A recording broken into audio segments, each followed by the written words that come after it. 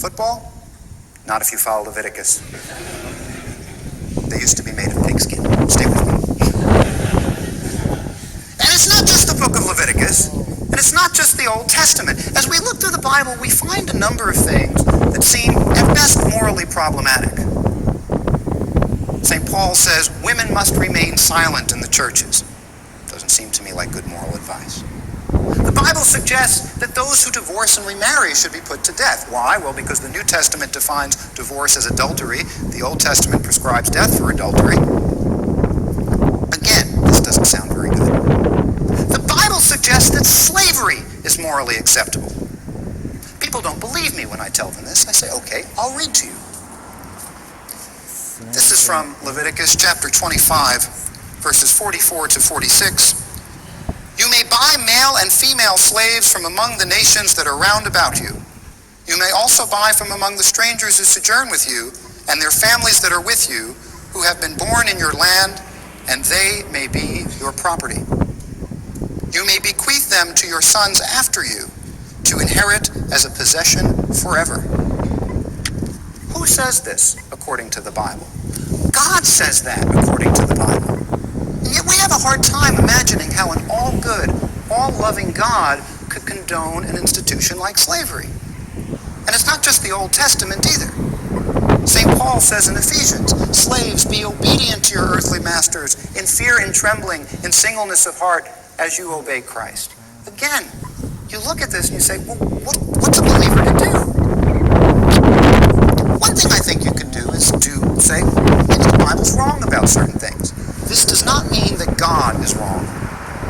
Rather, maybe human beings have been wrong in discerning God's word.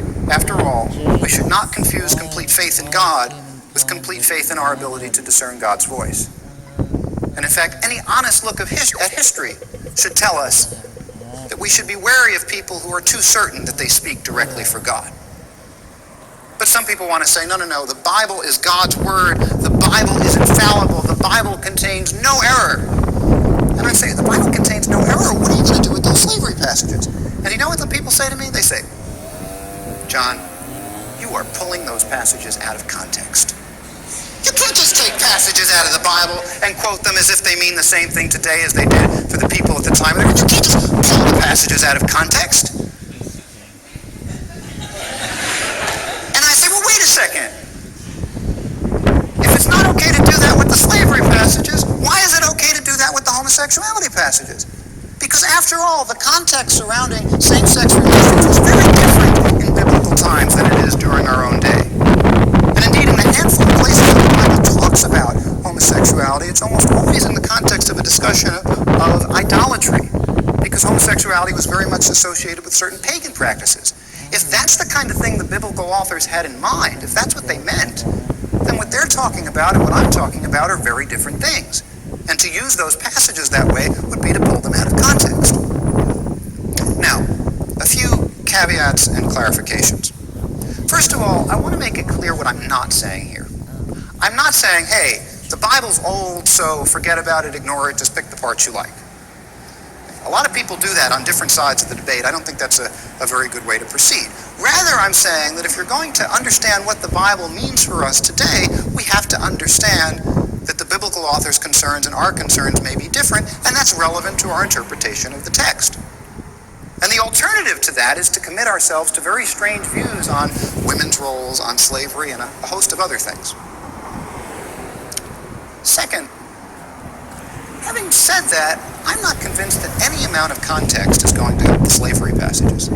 I think when we look to those passages, we have to admit that the prejudices and limitations of the biblical authors crept into the text. And if they did that with respect to slavery, it could happen with respect to homosexuality.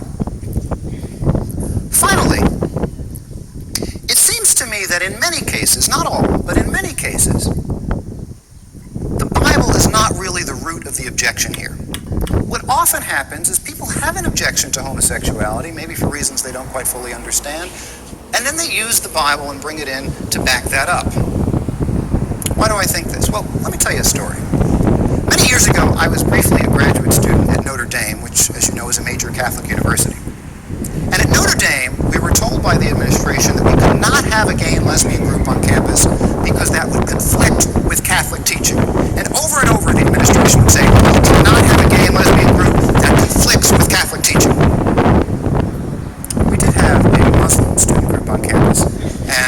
Jewish student group on campus. Muslims and Jews both deny the divinity of Christ, which when I went to Catholic school was a very important part of Catholic teaching.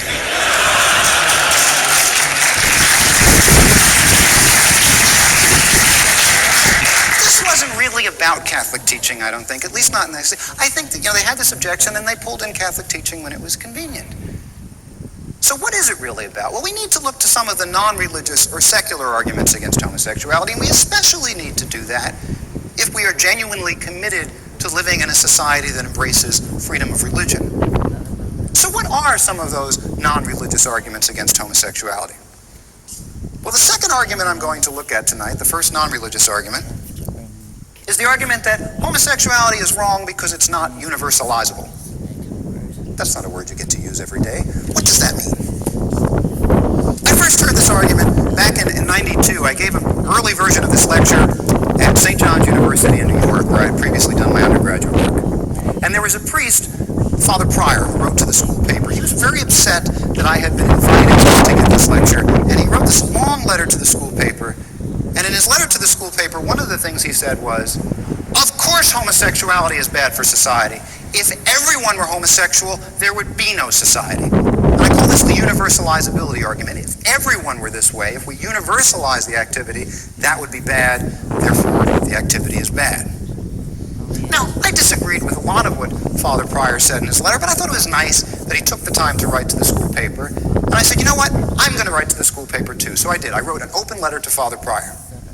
It said, "Dear Father Pryor, if everyone were a Roman Catholic priest, there'd be no society either."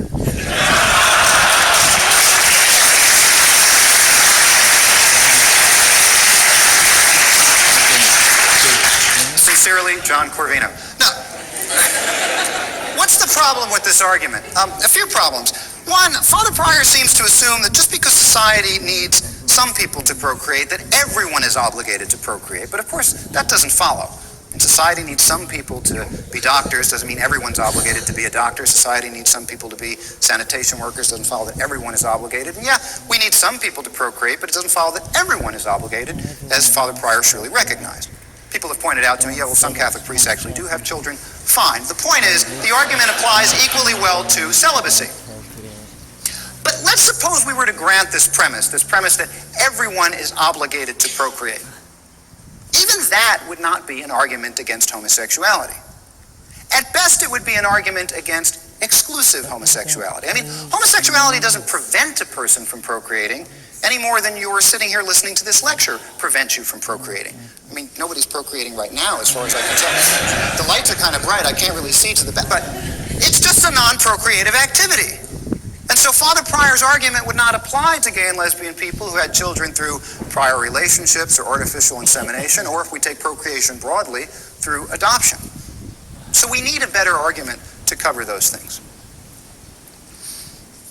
So I want to turn to the third argument I'm going to look at, the argument that homosexuality is wrong because it's harmful. And this is not just one argument, of course. This is a whole host of arguments. Throughout history, gay and lesbian people have been blamed for all kinds of disasters. Earthquakes, plagues, famines, Liza Minnelli. We were partly responsible for that one, actually. You got to accept blame where it's due. Even today, we hear all kinds of crazy claims about homosexuality being associated with disease and suicide rates and pedophilia and all kinds of social ills. When you listen to these claims, you got to ask a couple of questions. One question is, are they true? Another question is, and how would we know this?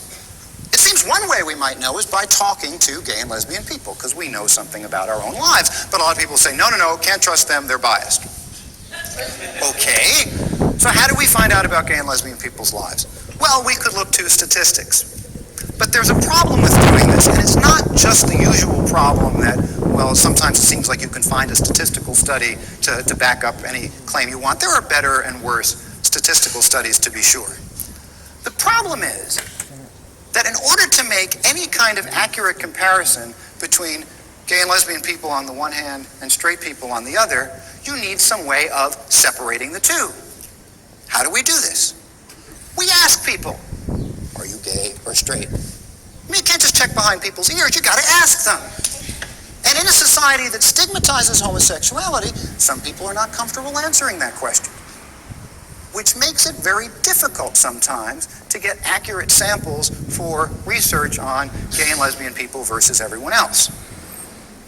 Now, for many of these claims, we don't have to settle the statistical arguments in order to address the arguments. Part of the reason for this is that correlation is not the same thing as cause. How many of you have heard this before, maybe in class? Okay, just because two things go together, it doesn't mean that one causes the other. I usually illustrate this with the old story of the scientific drunk. Scientific drunk wants to know why he gets hangovers, so he starts keeping a journal. And he writes in his journal, Monday night, scotch and soda. Tuesday morning, hangover. Tuesday night, gin and soda. Wednesday morning, hangover. Wednesday night, vodka and soda. Thursday morning, hangover. And then he looks back at the journal and says, aha! Soda causes hangovers. I think that when we say homosexuality is responsible for all these problems, we might be looking at the soda. So what's the alcohol?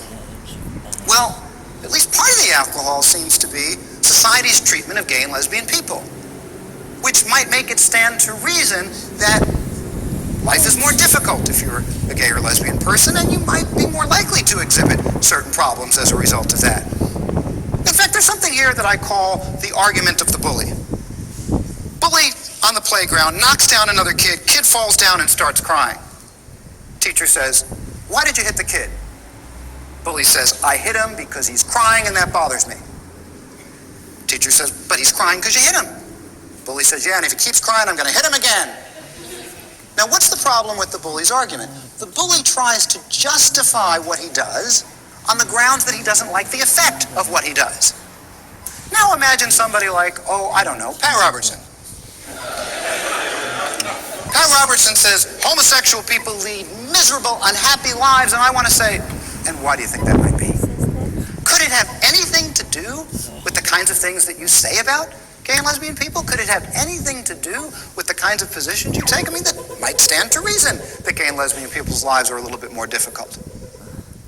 Now you might say, okay, well that might work for some of the alleged problems, but not all of them. What about AIDS? Doesn't homosexuality cause AIDS? No. Virus causes AIDS, and that virus can be passed along by homosexual activity, by heterosexual activity, by some activities that are not sexual at all. Consider the fact that from the standpoint of AIDS risk, it is infinitely more risky for me to have sex with an HIV-positive woman than with an HIV-negative